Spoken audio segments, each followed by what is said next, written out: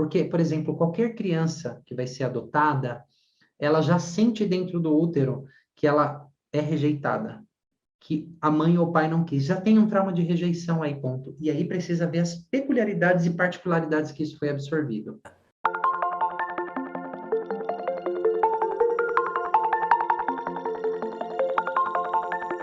Quando um filho é adotado pela tia, a posição dele no sistema é a do filho ou a de primo?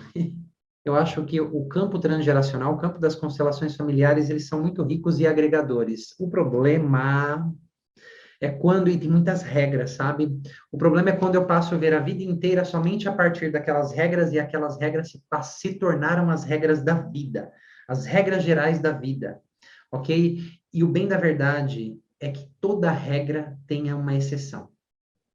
Uma vez, Milton Erickson, ele estava lecionando. Milton Erickson é o pai da hipnose moderna, da hipnose ericksoniana.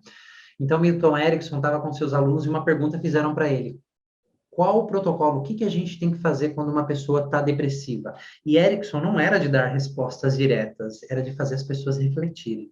Então, ele levou seus alunos lá para fora, então tinha uma longa rua cheia de árvores, e ele pediu que os alunos observassem aquelas árvores.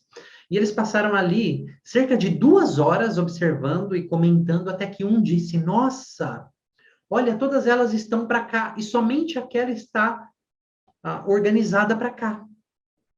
E aí Erickson disse assim: that's right. Ele disse: muito bem, isso mesmo, né? E a toda regra tem uma exceção, ok? Então, quando a gente traz somente, e eu experimentei usar isso na minha vida e não deu muito certo não, tá? Essas regras sistêmicas, o que a gente aprende no campo da constelação familiar, como se fosse uma regra geral e que tivesse que todo mundo se encaixar por isso.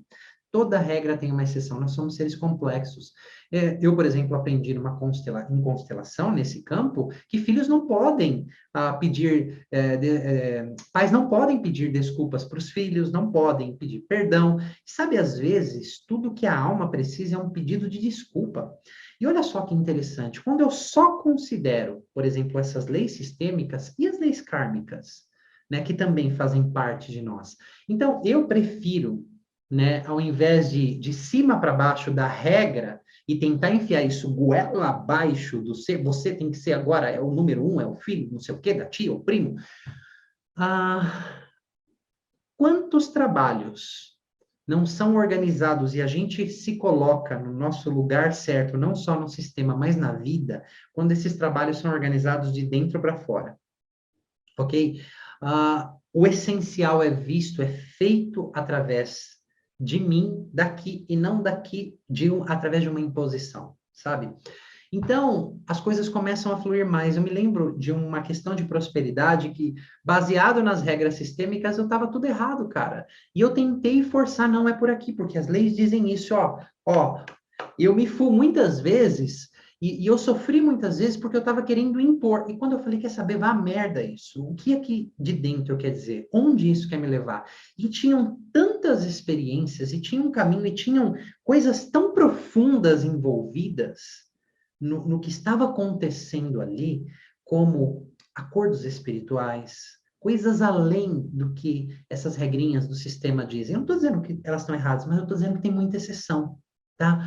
Então, eu pude, a partir daquilo, começar a organizar. E aí, a vida financeira fez assim, a prosperidade. E aquela sensação de alívio, algo começou a caminhar. Mas eu fui por aquele caminho de tentar forçar a regra, né? Porque mesmo no campo da psicologia pré-perinatal, a gente tem possibilidades, tem a teoria, só que a gente vai checar, porque é o corpo quem vai contar a história, tá? Então, eu não sou muito cara que vai falar, nossa, olha esse aqui, a posição dele é essa ou aquela. Porque às vezes pouco importa o raio dessa posição.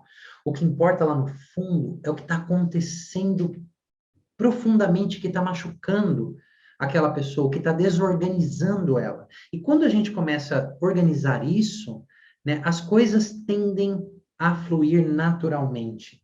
Então, a minha experiência, e muitos aqui podem discordar, e tá tudo bem, você discorda e dá um high five aqui, porque não é pessoal, tá? Segue aí o que você acredita, e eu sigo aqui o que eu acredito, tá bom? Porque para mim me importa realmente estar alinhado e trazer leveza para mim, não impor coisas que eu aprendi sobre teorias aqui apenas. Tem uma teoria sobre mim mesmo aqui que eu venho descobrindo ao longo desses anos que se encaixa mais e tem me feito crescer mais. Então, eu não sou muito de vir de cima para baixo. Qual é a posição? Para mim, de fato, quando você fala que adoção não é isso que importa. Porque, por exemplo, qualquer criança que vai ser adotada, ela já sente dentro do útero que ela é rejeitada, que a mãe ou o pai não quis. Já tem um trauma de rejeição aí, ponto. E aí precisa ver as peculiaridades e particularidades que isso foi absorvido. Ponto um, tá? Segundo ponto, né?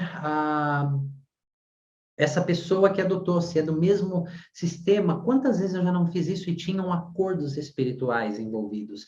Eu só estou mencionando aqui para você sentir a profundidade. Será que realmente importa se ele está na posição de primo ou filho? Entende? Então, a toda regra existe uma exceção. Eu não sou muito de responder isso. Eu já, em cursos, em vivências que eu dei, né, até professores de constelação me vieram questionar. Estava trabalhando com gêmeos, a posição hierárquica, primogênito. Todos os maiores especialistas não se focam nisso, mas se a pessoa quer se focar nisso, boa sorte. Então, eu não trouxe só a minha opinião, eu trouxe a minha experiência. E eu acho que é assim, todos nós, não acredite que se o que eu estou falando é verdade, duvide de mim. Só que eu acho que você precisa fazer algo com você. O quê? Se dar a oportunidade de experienciar esse outro lado e aí então sentir o que se encaixa para você. Não é um bom acordo esse? Porque o que eu estou falando, eu não estou batendo o martelo aqui falando eu tenho a verdade, não.